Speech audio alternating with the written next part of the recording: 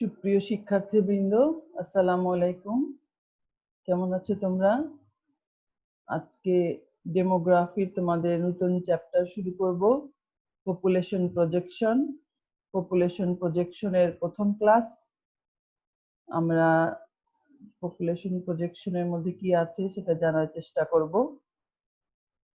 তাহলে চলো আমরা ক্লাসে চলে যাই।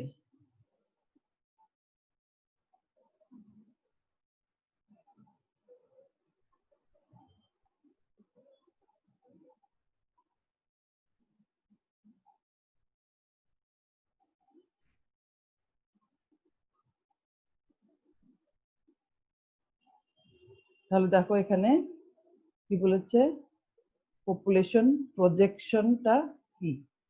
What do you mean by population projection?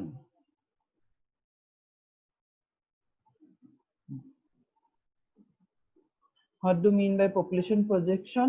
Discuss the different methods of population projection. Projection কথাটার সাথে কিন্তু আমরা পরিচিত। প্রজেকশন, তোমরা ক্রিকেট খেলা দেখো না? ক্রিকেট খেলার সময় কি বলে যে প্রজেক্টেড রান রেট, মানে একটা খেলা শুরু হওয়ার পরে কিছু দূর যাওয়ার পরে যে কন্ডিশনটা আছে, খেলার যে প্রেজেন্ট অবস্থা আছে, খেলার যে বর্তমান অবস্থা, সেই বর্তমান অবস্থার উপর ভিত্তি করে তাহলে কতটা বর্তমান যে রান হচ্ছে, এই কত রান, কত উইকেটে কত রান হয়েছে, তাহলে 50 ওভারে 10 উইকেটে কত রান হতে পারে, এরকম একটা প্রজেক্টেড রান রেট কিন্তু দেখায়। এই প্রজেকশন করা, প্রজেক্টেড রান রেট করা বা এস্টিমেট করা, মানে এখন যে প্রেজেন্ট কন্ডিশন আছে বা পাস্ট কন্ডিশন আছে, তার উপর ভিত্তি করে ভবিষ্যৎ সম্বন্ধে একটা ধারণা করাটাই হচ্ছে পপুলেশন প্রজেকশন। তাহলে প্রেজেন্ট বা পাস্ট কন্ডিশনের উপর ভিত্তি করে, বা কোনো সময় প্রেজেন্ট পাস্ট যদি না থাকে তাহলে প্রেজেন্টের উপর ভিত্তি করে, আবার যদি কোনো সময় প্রেজেন্ট এবং পাস্ট দুইটা কন্ডিশন উভয়ের উপর ভিত্তি করে আমরা যে মন্তব্য, যে ফিউচার সম্বন্ধে যে একটা ধারণা বা অনুমান করতে পারি যে কোনো জিনিস সম্বন্ধে, সেটাই হলো প্রজেকশন। যেমন তোমাদেরকে ক্রিকেট খেলার কথা বললাম, এটা ওই ক্রিকেট খেলা সম্বন্ধে একটা প্রজেকশন, যে বর্তমান অবস্থা এত উইকেটে এত রান হয়েছে, তাহলে 50 ওভারে 10 উইকেটে কত রান হবে। সেরকম এটা পপুলেশনের ক্ষেত্রে, ডেমোগ্রাফিতে যখন ইউজ করা হয়, পপুলেশনের ক্ষেত্রে যখন ইউজ করা হয়, সেটাকে বলা হয় পপুলেশন প্রজেকশন। যে আমার প্রেজেন্ট পপুলেশন এরকম আছে, তাহলে ফিউচারে আমার পপুলেশনটা কিরকম হবে। তাহলে এই প্রজেকশনটা যখন পপুলেশনের ক্ষেত্রে ব্যবহার করা হয়, সেটাকেই বলা হয় পপুলেশন প্রজেকশন। তাহলে চলো আমরা দেখি এখানে কিভাবে লেখা আছে। এস্টিমেট মানে কি অনুমান বা ধারণা। হ্যাঁ, তাহলে এখানে বলেছে the estimates and calculations of future population on the basis of present and past condition is called the forecast of population. Population সম্বন্ধে forecast করা অথবা extrapolation of population or population projection. Extrapolation এই কথাটা তোমরা পড়েছো। আমরা যখন ফার্স্ট ইয়ারে, সেকেন্ড ইয়ারে যখন আমরা নিউমেরিক্যাল ম্যাথমেটিক্স পড়েছি, তখন কি পড়েছি? Interpolation and এক্সট্রাপোলেশন। ইন্টারপোলেশন মানে কি? কোনো ডাটার অভ্যন্তরীণ কোনো মানকে আমরা বলি ইন্টারপোলেশন, আর কোনো ডাটার বাইরের যে ডাটা আমাদের দেয়া আছে তার বাইরের মানটাকে আমরা বলি এক্সট্রাপোলেশন। তাহলে আমার যে প্রেজেন্ট পপুলেশন আছে, এইটার উপর ভিত্তি করে ভবিষ্যতে এখন যা আছে তার পরে কি পপুলেশন আসবে, এটা হলো এই রেঞ্জের বাইরে। এটাই সেই জন্য এটাকে বলা হয় এক্সট্রা এক্সট্রাপোলেশন অফ এস্টিমেটস, একটা ধারণা, সেটা কি এখনকার যা আছে তার চেয়ে বাইরে। আর একটা কি ফোরকাস্ট, আমরা বলি না ওয়েদার ফোরকাস্ট, মানে আবহাওয়ার বলে না আগামী কতদিন এরকম বৃষ্টিপাত হতে পারে, ফোরকাস্ট মানেও ফিউচার একটা কি হতে পারে, ফিউচার জিনিসে যে কোনো জিনিসের ফিউচারে কি হতে পারে সেটা সম্বন্ধে মন্তব্য করা হলো ফোরকাস্ট। ওয়েদার সম্বন্ধে ওয়েদার ফোরকাস্ট, পপুলেশন সম্বন্ধে সেই জন্যই forecast of population. Extrapolation of estimates, আমরা যে ধারণা আছে সেটাকে আরো বাড়ানো, এর বাইরে নিয়ে যাওয়া। অর পপুলেশন প্রজেকশন, তাহলে কি বললাম, আমি যে কথাটা বললাম সে কথাটা এখানে clear. the estimates and calculations of future population, তাহলে অনুমান এবং সেটা ক্যালকুলেশন করে বের করা, শুধু অনুমান বললে হবে না, সেটা আমরা কি পদ্ধতিতে ক্যালকুলেশন করব সেটা বের করা। তাহলে the estimates and calculations of future population on the basis of present and past condition is called the forecast of population or extrapolation of estimates or population projection. তাহলে আমার বর্তমান এবং অতীত, বর্তমান এবং অতীত যে কন্ডিশন বা অবস্থা আছে তার উপর ভিত্তি করে ভবিষ্যতে কি রকম হবে সেই সম্বন্ধে একটা অনুমান এবং ক্যালকুলেশন কিভাবে করব, যে এই যে অনুমান করলাম, অনুমান করার পরে পপুলেশন কত আসতে পারে সেটার যে ক্যালকুলেশন, এটাকেই বলা হয় পপুলেশন প্রজেকশন। ওকে, তাহলে এটা পপুলেশন প্রজেকশনের সংজ্ঞাটা আমরা বুঝতে পারলাম। এখন population projection are essentially concern with population growth of future, তাহলে ভবিষ্যতে কি রকম পপুলেশন হবে এটা পপুলেশন প্রজেকশনের সঙ্গে খুবই কনসার্ন, বা এটা এটার সঙ্গে রিলেটেড, এটা এটার সঙ্গে সম্পর্কিত। তাহলে পপুলেশন প্রজেকশন আর ইসেনশিয়ালি অবশ্যম্ভাবী ভাবে এটা ভবিষ্যৎ পপুলেশনের গ্রোথটা কি হবে তার সাথে সম্পর্কিত।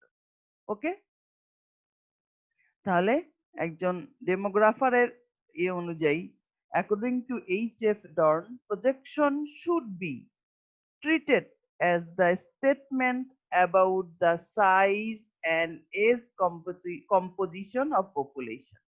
তাহলে কি প্রজেকশনকে অবশ্যই হতে কি এটা ট্রিটেড মানে নির্দেশ করে কি at the statement বর্ণনা about the size and age composition of population, একটা হচ্ছে কত পপুলেশন সেটা সম্বন্ধে, পপুলেশনের সাইজ, সাইজ মানে জনসংখ্যা কত, আরেকটা কত এজ কম্পোজিশন অফ পপুলেশন, এবং এই যে জনসংখ্যার যে সাইজ বা জনসংখ্যার যে টোটাল জনসংখ্যার যে আমাদের সংখ্যা, সেই সাইজটার সঙ্গে এজ কম্পোজিশন অফ পপুলেশন এবং বয়সের যে ধারণাটা কোন এজের কি রকম পপুলেশন সেটাও সম্পর্কিত।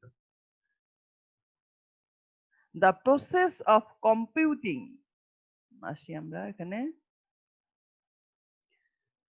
the process of computing of future changes given certain assumptions about the future trends in the rates of fertility, mortality, migration in a population is known as population projection. তাহলে process of computing future change, ভবিষ্যতে পপুলেশনের পরিবর্তনটা কিরকম হবে তার একটা গণনা, computation, সেটার একটা আমরা কম্পিউটেশন করব কিসের, সার্টেন অ্যাজাম্পশনস, কিছু নির্দিষ্ট অনুমান, কিছু নির্দিষ্ট অনুমান অ্যাবাউট দ্য ফিউচার ট্রেন্ড, মানে ভবিষ্যতে পপুলেশনের ট্রেন্ডটা কি রকম হবে সেটা সম্বন্ধে আমরা ধারণা করব কিসের উপর, in the rates of fertility, mortality and migration.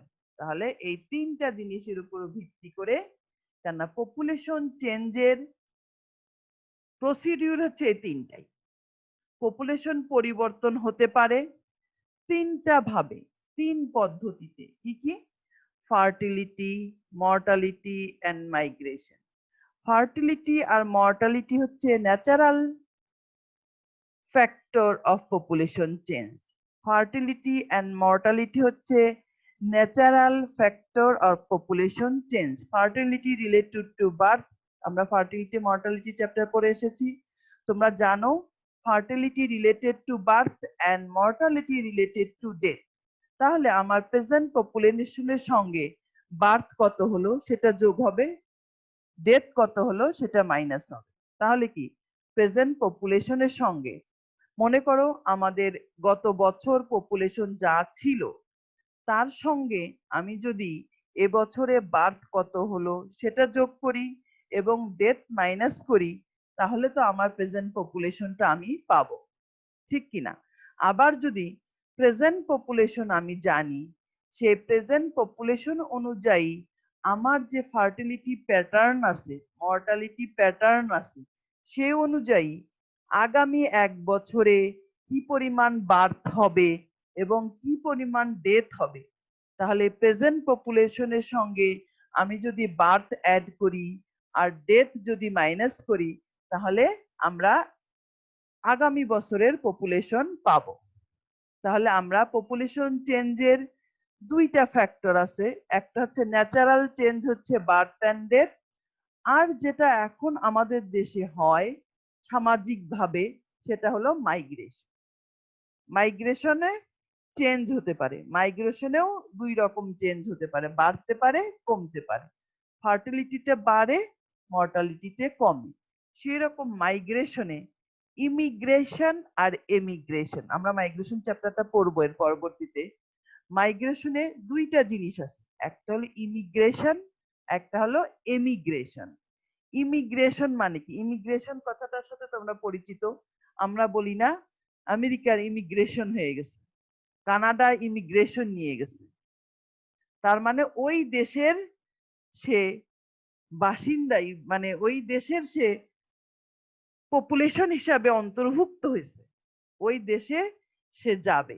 তাহলে ওই যে দেশে ইমিগ্রেশন মানে ওই দেশে পপুলেশন অ্যাড হবে, এমিগ্রেশন মানে এই দেশ থেকে মাইনাস হবে। বার্থ যেরকম পপুলেশনের সঙ্গে যোগ হয়, ডেথ যেরকম মাইনাস হয়, সেরকম পপুলেশনের সঙ্গে ইমিগ্রেশনটা যোগ হয়, এমিগ্রেশনটা মাইনাস হয়। ইমিগ্রেশনটা যোগ হয় আর এমিগ্রেশনটা মাইনাস হয়। ইমিগ্রেশনের মাধ্যমে পপুলেশন বাড়ে আর এমিগ্রেশনের মাধ্যমে পপুলেশন কমে। তাহলে আমাদের দেশ থেকে যারা আমেরিকায় যাচ্ছে তারা ওই দেশে ইমিগ্রেশন মানে ওই দেশের পপুলেশনের সঙ্গে যোগ হচ্ছে, আর আমাদের দেশ থেকে হচ্ছে এমিগ্রেশন। তাহলে দেখো আমাদের দেশে তো কেউ ইমিগ্রেশন হয়ে সাধারণত আসে না, সাধারণত যেগুলো উন্নত কান্ট্রি, ডেভেলপ কান্ট্রি, উন্নত দেশ, যাদের সামাজিক নিরাপত্তা আছে, অর্থনৈতিকভাবে সচ্ছল, সেই সব দেশে মানুষ ইমিগ্রেশন হয়ে যায়। যেমন আমাদের দেশ থেকে কানাডায় যায়, আমেরিকায় যায়, অস্ট্রেলিয়ায় যায়, এই তিনটা দেশেই বেশি যায়। আমেরিকা, কানাডা, অস্ট্রেলিয়া, সাধারণত এই তিনটা দেশে বেশি যায় ইমিগ্রেশন হয়ে। আর অন্যান্য দেশে আমাদের যে লেবার ফোর্স কাজ করে তারা কিন্তু ইমিগ্রেশন হয়ে যায় না, তারা ওই দেশে সাময়িকভাবে কাজ করতে যায়। তাহলে ইমিগ্রেশন আর এমিগ্রেশন হচ্ছে যারা স্থায়ীভাবে বসবাসের জন্য যাবে তাদেরকে বলবো আমরা। তাহলে এখানে মেইন থিমটা কি আসছে আবার একটু পড়ি আমি। The process of computing the future changes given certain assumptions about the future trend in the rate of fertility, mortality, and migration in a population is known as population projection. তাহলে process of computing future change, ভবিষ্যতে যে পপুলেশনের যে পরিবর্তন হবে, এখানে পপুলেশনের ক্ষেত্রে হলে population, future change কিসের ক্ষেত্রে? ফিউচার চেঞ্জ কিভাবে হবে সেটার প্রসেস অফ কম্পিউটিং। এই যে ফিউচার পপুলেশন আমি বের করব সেটার process of computing given certain assumption, কিছু অনুমানের ভিত্তিতে, কিছু এখানে কন্ডিশন থাকে। এই যে পপুলেশন প্রজেকশন করব এখানে কিছু কন্ডিশন থাকবে। অ্যাবাউট দ্য ফিউচার ট্রেন্ড, তাহলে আমাদের ভবিষ্যৎ যে ট্রেন্ডটা হবে সেটা কি, in the rate of fertility, mortality and migration is in a population, পপুলেশনের ক্ষেত্রে হলে সেটা হবে is known as population projection. তাহলে আমরা বুঝলাম পপুলেশন প্রজেকশনের দুই রকম, একটা হলো প্রেজেন্ট এবং পাস্টের সাপেক্ষে ভবিষ্যতে কি পপুলেশন হবে সেটা প্রজেকশন, আর একটা এখানে ডিটেইল বলতে গেলে এই যে ফিউচার চেঞ্জটা হবে সেটা পপুলেশনের ক্ষেত্রে fertility, mortality and migration in a population. তাহলে এই তিনটা টপিকসের উপর ভিত্তি করে যে ফিউচার ট্রেন্ডটা কিরকম হবে সেটা যে আমরা কম্পিউট করব, ফিউচার চেঞ্জেসটা যে কম্পিউট করব সেটাকেই বলা হচ্ছে পপুলেশন প্রজেকশন। ওকে, তাহলে আমার মনে হয় তোমরা সংজ্ঞাটা বুঝতে পেরেছো। তারপর এখানে কি আসছে, মেথড অফ পপুলেশন প্রজেকশন। তাহলে আমরা যে ক্যালকুলেশনের কথা উপরে বলে আসলাম, কম্পিউটেশনের কথা বলে আসলাম, এটা কিভাবে করবে, এই যে একটু আগে আমরা বলে আসলাম কম্পিউটিং, প্রসেস অফ কম্পিউটিং। তাহলে কম্পিউটিং মানে কিছু মেথড প্রয়োজন, কি পদ্ধতিতে আমরা এই কম্পিউটেশনটা করব, তো সেটাই হলো মেথডস অফ পপুলেশন চেঞ্জ বা পপুলেশন প্রজেকশন। পপুলেশন, তোমাদের সিলেবাসের দিকে একটা জিনিস লেখা থাকে অনেক সময় পপুলেশন চেঞ্জ আর পপুলেশন প্রজেকশন একই জিনিস। তাহলে দেখো, projection method can be distinguished, মানে population projection method can be distinguished from each other by what they hold to be constant into the future। তাহলে প্রজেকশন মেথডটা কি, ডিস্টিংগুইশড, পার্থক্য করে, ফ্রম ইচ আদার, একটা থেকে আরেকটা প্রজেকশন মেথডের মধ্যে পার্থক্য কিসের উপর, what they hold be constant in the future, কোনটা ভবিষ্যতে এটা একটা স্থায়ী জিনিস হবে, একটা ফিক্সড জিনিস হবে, সেটার উপর ভিত্তি করে এটা কম্পিউট করা হয় বা গণনা করা হয়।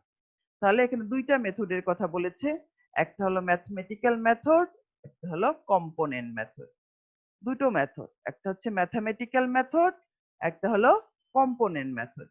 তাহলে ম্যাথমেটিক্যাল মেথডের মধ্যে আবার কতগুলো ভাগ আছে। ম্যাথমেটিক্যাল মেথডের মধ্যে কি বলতে চাচ্ছে আমরা একটু দেখে নেই। ম্যাথমেটিক্যাল মেথডে বলছে this method involves application of some mathematical formula। তাহলে কি এই মেথডে কি, এখানে অ্যাপ্লাই করা হয় কিছু mathematical formula directly to the total population, একবারে সরাসরি আমরা টোটাল পপুলেশনে বের করে থাকি from one or more census. তাহলে আমাদের যে একটা অথবা তার আগের সেন্সাসে যে আমার টোটাল পপুলেশন আছে তার উপর ভিত্তি করে আমরা ডাইরেক্টলি এটা ক্যালকুলেশন করে থাকি। তাহলে কিসের উপর ভিত্তি করতে হয়, আমাদের প্রেজেন্ট অথবা ফিউচার একটা পপুলেশন, যে one or more census, present বললে আমরা ইভেন আগের রিসেন্ট আগের ইয়ারের সেন্সাস, পাস্ট বললে তার আগের ইয়ার, ওয়ান অর মোর তার আগের ইয়ারের সেন্সাস যদি আমরা ইউজ করি, তাহলে আমরা এখানে করি কি, আগের বছর আগের কোন পপুলেশনকে বেস ধরে, আগের কোন টোটাল পপুলেশনকে বেস ধরে, তাহলে আমরা ফিউচার পপুলেশন সম্বন্ধে বের করে থাকি, টোটাল পপুলেশনটা বের করে থাকি। It is usually based on the extrapolation মানে আমার যা আছে তার বাইরে, অফ পাস্ট ট্রেন্ড মানে আগের যা ছিল, ইনটু দ্য ফিউচার। তাহলে প্রিভিয়াস কোন রেকর্ডের উপর ভিত্তি করে ফিউচার সম্বন্ধে বলে থাকি। যেমন আমি এক্সাম্পল দেই, প্রিভিয়াস মানে আমাদের এখানে সেন্সাস হয়েছিল কত সালে, 11 সালে, 2011 সালে আমাদের সেন্সাস হয়েছিল, তাহলে এটা কি আমাদের পাস্ট। তাহলে এই past trend into the future, এটার উপর ভিত্তি করে আমার ভবিষ্যতে 2021 সালে যে সেন্সাস হবে, মনে কর তার সম্বন্ধে আমি কমেন্টস করলাম, তার সম্বন্ধে একটা আমি ধারণা নিলাম যে আমার 2021 সালে পপুলেশনটা এরকম আসতে পারে। সেটাই বলেছে extrapolation of the past trends into the future. তাহলে 2011 সালে সেন্সাসের উপর ভিত্তি করে সেটা আমাদের পাস্ট ট্রেন্ড, এই ট্রেন্ডটার উপর ভিত্তি করে আমরা 21 সালে কি রকম আসতে পারে সে সম্বন্ধে যদি একটা মন্তব্য করি সেটা হবে আমাদের ফিউচার। তাহলে it includes 4 methods which are conceptually inexpensive, requiring relative small period of time. তাহলে এখানে 4টা মেথড ইউজ করে আমরা করে থাকি। ম্যাথমেটিক্যাল মেথডস এর মধ্যে আমাদের 4টা মেথড আছে। It includes 4 methods which are conceptually inexpensive. তাহলে আমরা এটা খুব একটা বেশি এক্সপেন্সিভ না, recurring relative small period of time, অল্প সময়ের জন্য করে থাকি। যেমন আমি 2011 সেন্সাসকে বেস ধরে, তাহলে 2012-তে কত আসছে, 13-তে কত আসছে, এরকম আমি যদি 2020-এর শেষে কত আসবে সেটা যদি আমরা ভিত্তি করে ওই 2011 সেন্সাসের উপর ভিত্তি করে পপুলেশন চেঞ্জটা কি রকম এই অল্প সময়ে অথবা গত বছর যে যদি কোনো ক্যালকুলেশন হয়ে থাকে তার উপর ভিত্তি করে 19 সালের যদি কোনো ডাটা থাকে আমাদের সেটার উপর ভিত্তি করে 20 সালের শেষে কত হবে, এই যে আমরা ক্যালকুলেশন করে থাকি এটাই হলো ম্যাথমেটিক্যাল মেথডস এর মধ্যে পড়ে। তাহলে ম্যাথমেটিক্যাল মেথডস এর 4টা মেথডের কথা বললাম আমরা। প্রথমে কি method of linear interpolation or arithmetic progression method. Method of linear interpolation, linear মানে তোমরা জানো y equal to a plus bx, linear interpolation. সেই সিস্টেমে যে ইয়েটা হবে মডেলটা হবে সেটাই হবে আমাদের linear interpolation. The simplest approach to estimating the amount of growth of population per unit of time, যে কোনো একটা নির্দিষ্ট সময় is linear interpolation or arithmetic progression। তাহলে সিম্পলেস্টটা কি, একটা নির্দিষ্ট সময়ের সাপেক্ষে আমরা যদি করে থাকি পপুলেশন তাহলে সেটাই হবে arithmetic মেথড বা লিনিয়ার মেথড। লিনিয়ার তোমরা একটু আগে বললাম, তোমরা লিনিয়ার রিগ্রেশন মেথড করো, y equal to a plus bx করো না, ঠিক এই মডেলটাও এরকম, pt equal to p0 plus rt। পিটিটা কি, যে পপুলেশনটা বেস পপুলেশন ধরবো, যদি আমি গত সেন্সাসে ধরি সেটা হতে পারে, যদি 2018 বা 19 সালের আমাদের ডাটা থাকে সেটাও হতে পারে। আর পিটিটা কি, ফিউচার, যেটা আমি বের করতে চাচ্ছি, এস্টিমেট করতে চাচ্ছি, যেটা আমাদের আসবে সেটা হলো পিটি। আর আর হলো পপুলেশন গ্রোথ রেট। তাহলে এটা ডিপেন্ড করবে কিসের উপর, একটা হলো সময় আর একটা হলো এই পপুলেশন এত আছে সেখান থেকে পিটিতে যাবে কিসের উপর, গ্রোথ রেট কিরকম, টাইম কিরকম, গ্রোথ রেট কিরকম, টাইম কিরকম। গ্রোথ রেট যদি বেশি হয় অল্প সময়ে পপুলেশন বেড়ে যাবে, কেন গুণ আকারে আছে দেখো আর টি। পপুলেশন যদি 1 হয়, গ্রোথ রেট যদি 1 হয় তাহলে কম বাড়বে, আবার একের উপরে গেলেই কি বেড়ে যাবে। তাহলে গ্রোথ রেটের উপর ডিপেন্ড করবে আমার পপুলেশনটা যা আছে তার থেকে কিভাবে বাড়বে। তাহলে এখানে কি বলেছে, PT is the population size at the end of the period, যে সময়ের জন্য করব, আমি যদি আগামী 2 বছরের জন্য করি 2 বছর শেষে পপুলেশন কি রকম আসবে সেটা। আমি p0 যদি বেস পপুলেশন ধরি 2011, 2020 এর শেষে আমি যদি এটাকে 9 বছর ধরি তাহলে টিটা আসবে 9 ইয়ার্স, আর গ্রোথ রেট যেটা আসবে ছিল সেটা আমাকে বসাতে হবে। তাহলে এটা হলো বেস পপুলেশন, এটা হলো ফিউচার পপুলেশন যেটা আমি ক্যালকুলেশন করতে চাচ্ছি, আর এটা হলো আমার রেট অফ গ্রোথ, পপুলেশন আমার কি হারে বাড়ছে, আর এটা হলো টাইম, কত সময়, 1 বছর পরে না 2 বছর পরে না 3 বছর পরে। এটা যদি 1 দিয়ে গুণ করি 1 বছর পর তাহলে পপুলেশন কম বাড়বে, 2 দিয়ে গুণ করে আরো বাড়বে 2 বছর পর, আর পপুলেশন বাড়বে, 3 দিয়ে গুণ করলে আরো বাড়বে, তাহলে টাইম যত বাড়বে পপুলেশন তো বাড়বেই। তাহলে পিটি হচ্ছে at the end of the period এর population, p0 is the population size at the starting period or base period. আমি যেটা দিয়ে শুরু করব, বেস পিরিয়ড যদি আমি সেন্সাস ধরি তাহলে সেন্সাস বেস পিরিয়ড, আর 2018 সালে বা 19 সালে বা 15 সালে যে কোনো ডাটা থাকলে সেটা আমাদের বেস পিরিয়ড। ওকে, আর আর কি, R is the population growth, T is the length of the time period, যেটা বললাম। তাহলে আমরা এই পদ্ধতিতে বের করতে পারবো। আরেকটা কি দেখো, জিওমেট্রিক গ্রোথ রেট ফর্মুলা আর geometric formula. Geometric growth rate formula বলা হয়, জিওমেট্রিক ফর্মুলাও বলা হয়। The geometric growth rate are constructed under the following assumptions. এই দুটো অনুমান মেনে চললে আমি জিওমেট্রিক প্রোগ্রেশন ব্যবহার করতে পারবো। অ্যাজাম্পশন দুটো কি? গ্রোথ রেট আর হতে হবে কনস্ট্যান্ট। গ্রোথ রেটটা আমি এই সময়ের মধ্যে, আমি 2 বছরের জন্য করছি, এই 2 বছর, 1 বছরের জন্য এক গ্রোথ রেট, আরেক বছরের জন্য আরেক গ্রোথ রেট, তা হবে না। গ্রোথ রেটটা হতে হবে কনস্ট্যান্ট। তাহলে growth rate R is constant. Growth rate occurs at discrete point of time. এটাকে continuous time, point of time হিসেবে ধরা যাবে না, ডিসক্রিট। আমি ধরলাম 1 বছরের শেষে, হ্যাঁ, 1 বছরের শেষে। ডিসক্রিট আর কন্টিনিউয়াস তোমরা জানো যে একটা নির্দিষ্ট ইন্টারভেল দিয়ে দিয়ে নিলে সেটা হচ্ছে ডিসক্রিট। একটা নির্দিষ্ট ইন্টারভেল না দিয়ে একটা নির্দিষ্ট রেঞ্জের মধ্যে যে কোনো সময়, মনে করো গত 18 সাল 19 সালে এত ছিল, 2020 এর মাঝামাঝি কত হলো, অথবা 7 মাস পর কত হলো, 6 মাস পর কত হলো, এত, তাহলে এটা হচ্ছে কন্টিনিউয়াস। আর growth discrete point of time মানে 1 বছর বা 2 বছর পর, 3 বছর পর, তাহলে এটা হলো ডিসক্রিট পয়েন্ট অফ টাইম। সেভাবে আমরা ক্যালকুলেশন, এই দুটো হচ্ছে আমাদের অ্যাজাম্পশন। একটা হচ্ছে গ্রোথ রেট আর হতে হবে কনস্ট্যান্ট, আমি যে সময়ের জন্য করি না কেন এটা ইয়ার টু ইয়ার ভেরি করতে পারবে না, একটা গ্রোথ রেটই চলবে। আর একটা কি, ডিসক্রিট টাইমের জন্য হতে হবে। তাহলে ফর্মুলাটা আমরা দেখি। The formula is as follows. কি? pt equal to p0 into 1 plus r to the power t।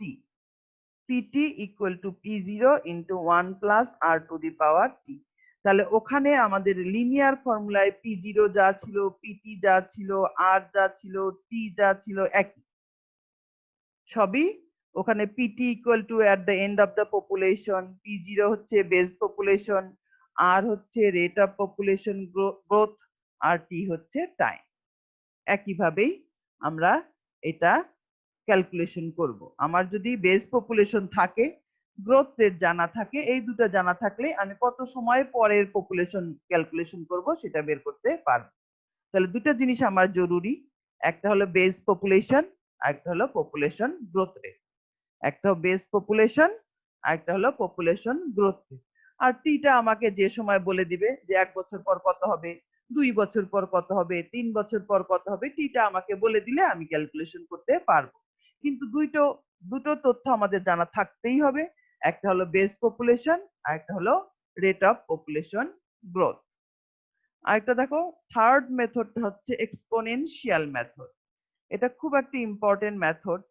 আমরা যে পপুলেশন ডাবলিং টাইম, যে এখন পপুলেশন আছে এত, কত রেট অফ গ্রোথের উপর ডিপেন্ড করে, তাহলে কত পপুলেশন গ্রোথ রেট যদি এত হয়, কত বছর পর পপুলেশন দ্বিগুণ হবে, 3 গুণ হবে, যে আমরা এটা সাধারণত ক্যালকুলেশন করি, এটা কিন্তু এক্সপোনেনশিয়াল মেথড দিয়েই আমরা করে থাকি। The exponential method is constructed under the following assumption। এখানেও দুইটাই আছে। The growth rate r is constant। এই জিওমেট্রিক মেথডের মতো এখানেও r টা কনস্ট্যান্ট। আমি যদি 2 বছরের জন্য করি, 2 বছরই একই গ্রোথ রেটেই করতে হবে। 1 বছর এক গ্রোথ রেটে, আরেক বছর আরেক গ্রোথ রেটে করা যাবে না। গ্রোথ রেটটা কনস্ট্যান্ট। আর কি, growth rate occurs at continuous point of time. জিওমেট্রিকে আমাদের এটা কি ছিল, growth rate occurs at discrete point of time, কিন্তু এক্সপোনেনশিয়ালে এটা হচ্ছে growth rate occurs at continuous point of time. তাহলে আমরা যখন পপুলেশন, এই যে ডাবলিং টাইম, কত সময় পপুলেশন দ্বিগুণ হবে, এটা যেমন আমার 1 বছর, 10 বছর 6 মাস পরেও পপুলেশন ডাবল হতে পারে, 10 বছর 6 মাস পরেও পপুলেশন ডাবল হতে পারে। তাহলে এটা কোনো পূর্ণমান ডিসক্রিট না হয়ে কন্টিনিউয়াসে করা হয়। সেই জন্যই এইটা দিয়ে আমরা কি করি, পপুলেশনের ডাবলিং টাইমটা ক্যালকুলেশন করে থাকি। তাহলে ওইটার মতোই এখানে গ্রোথ রেটটা কনস্ট্যান্ট, বাট ওখানে গ্রোথ এটা ছিল, টাইমটা ছিল ডিসক্রিট, আর এখানে টাইম পিরিয়ডটা হবে কন্টিনিউয়াস।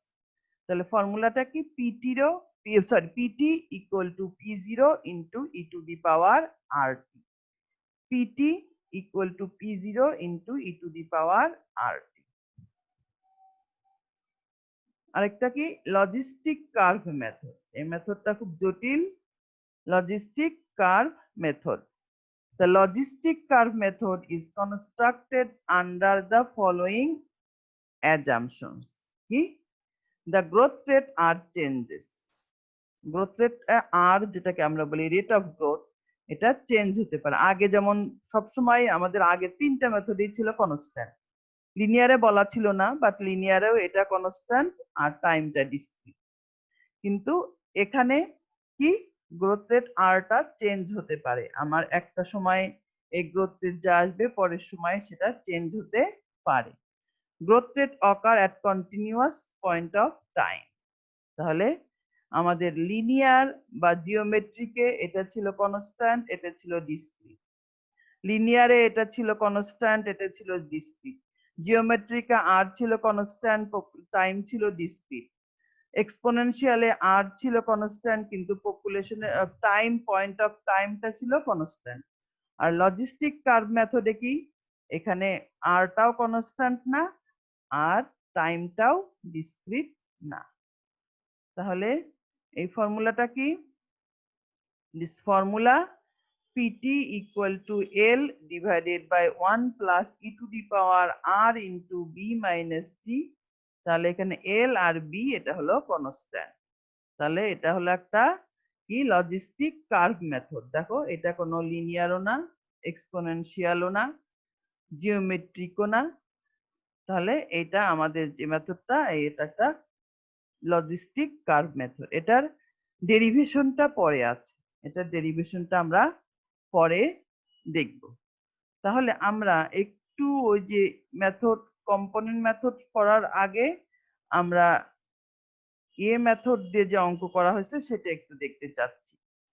এক্সপোনেনশিয়াল মেথড অ্যাপ্লাই করে যে অঙ্ক করা হয়েছে, ডাবলিং টাইম যেটা আমি বললাম ক্যালকুলেশন, ওইটা একটু দেখি, পরে আমরা কম্পোনেন্ট মেথডটা দেখব। এই যে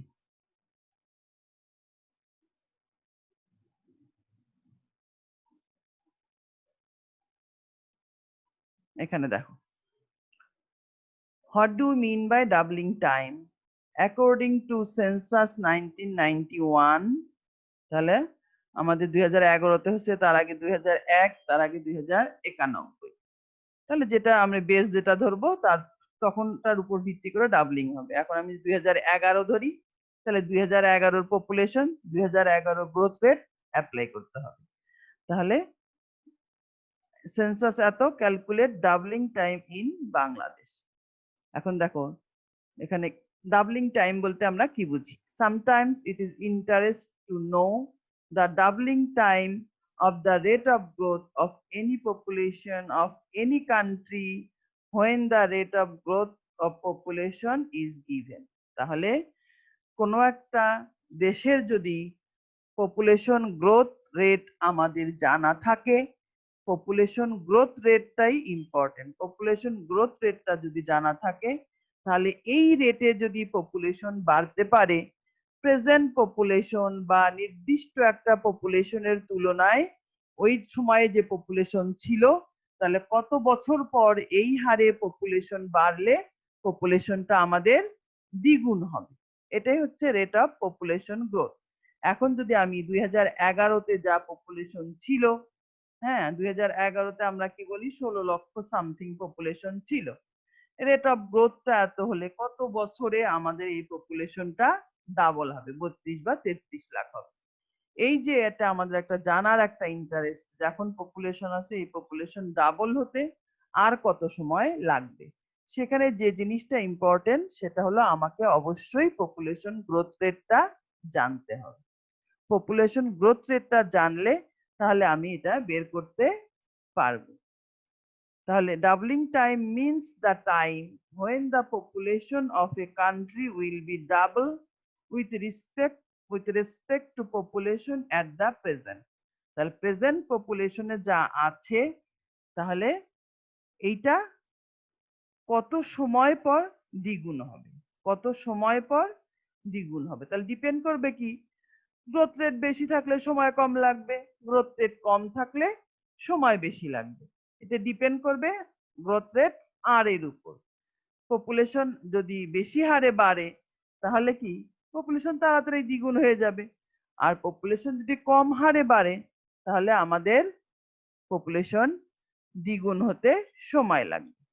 তাহলে দেখো, now if r is the population growth rate of a country, then the doubling time is given by এই যে এটা ক্যালকুলেশন করেছি কোথা থেকে আমরা, দেখো ক্যালকুলেশন করেছি কোথা থেকে, এই যে এক্সপোনেনশিয়াল মেথডটা কিছুক্ষণ আগে দেখলাম, এই এক্সপোনেনশিয়াল মেথড থেকে ক্যালকুলেশন করব। তাহলে এটা আমাদের বেস পপুলেশন, এটা ডাবল হবে।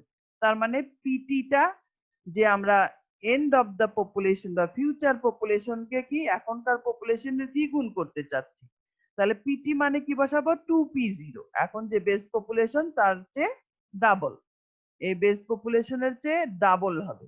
তাহলে পিটি এর জায়গায় বসালাম 2p0, p0 into E to the power rt। তাহলে দুই পাশ থেকে p0 ক্যান্সেল হয়ে গেলে 2 equal to E to the power rt। তাহলে ই টু দি পাওয়ার উঠায় দিতে গেলে আমার কি করতে হবে, log 2 equal to rt, r equal to 1/r log 2। এটা ই বেজে, এটা ই বেজে। তাহলে এই টিটা ডিপেন্ড করছে কি 1/r log e2, এই যে t ইকুয়াল টু অতএব 1/r log e2। log e2 এর মান তো ফিক্স এটা, তাহলে এই টাইমটা ডিপেন্ড করবে কি আর যদি বেশি হয়, আর এর মান যদি বড় হয় টি এর মান কম হবে, কেন এটা ভাগ ভাগ করছি না আমরা, এটা দিয়ে কি ভাগ করছি। তা আর এর মান যত কম হবে টি এর মান বড় হবে, আর এর মান যদি বেশি হয় টি এর মান কম হবে।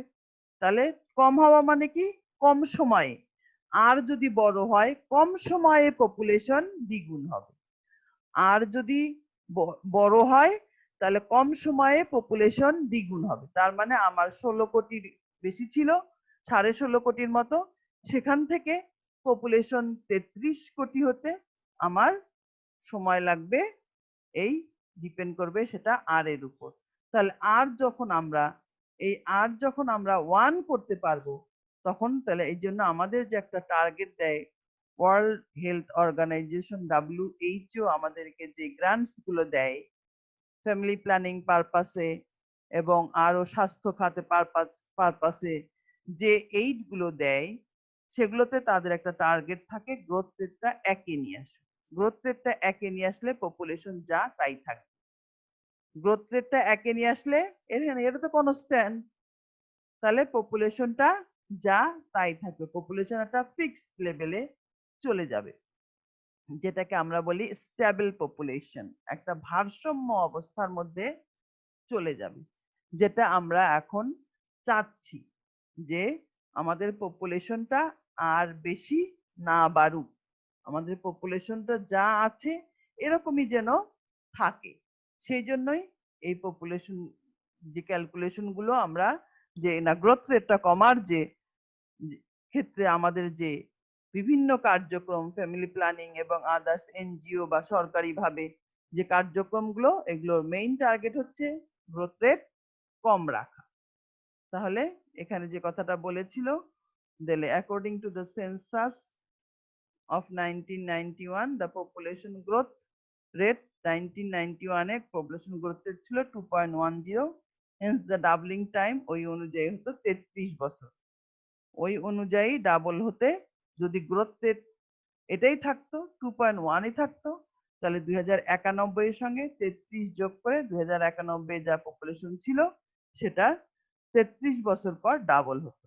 এখন আমাদের পপুলেশন গ্রোথ রেট কমে এসছে, তাহলে আমরা আরো বেশি দিন পরে হচ্ছে দ্বিগুণ পপুলেশন পাবো ইনশাআল্লাহ। তাহলে আমরা চেষ্টা করব, আমাদের সরকারি থাকবে যে এই গ্রোথ রেটটাকে কমানো, কেননা এই গ্রোথ রেটটাই হচ্ছে পপুলেশন বাড়ানোর ক্ষেত্রে ভূমিকা রাখছে। তাহলে গ্রোথ রেট যদি আমার কমে যায় তাহলে পপুলেশন আমাদের ধীর গতিতে বাড়বে, যেটা আমাদের মতো ছোট দেশের জন্য খুবই প্রয়োজন, কারণ আমাদের ভূখণ্ডটা খুবই ছোট, সে অনুযায়ী পপুলেশন অনেক বেশি। তাহলে তোমাদের কাছে আজকের মতো এই পর্যন্তই থাক আমাদের। আজকে আমরা কি পড়লাম একটু সাম আপ করি। আমরা প্রথমে বললাম পপুলেশন প্রজেকশনটা কাকে বলে, পপুলেশন প্রজেকশনের মেথড, সেই মেথডের মধ্যে আমাদের যে ম্যাথমেটিক্যাল মেথড, এই ম্যাথমেটিক্যাল মেথডের যে 4টা মেথড আছে সেগুলো আমরা আলোচনা করলাম। মেইনলি আমরা 3টা মেথড বলেছি।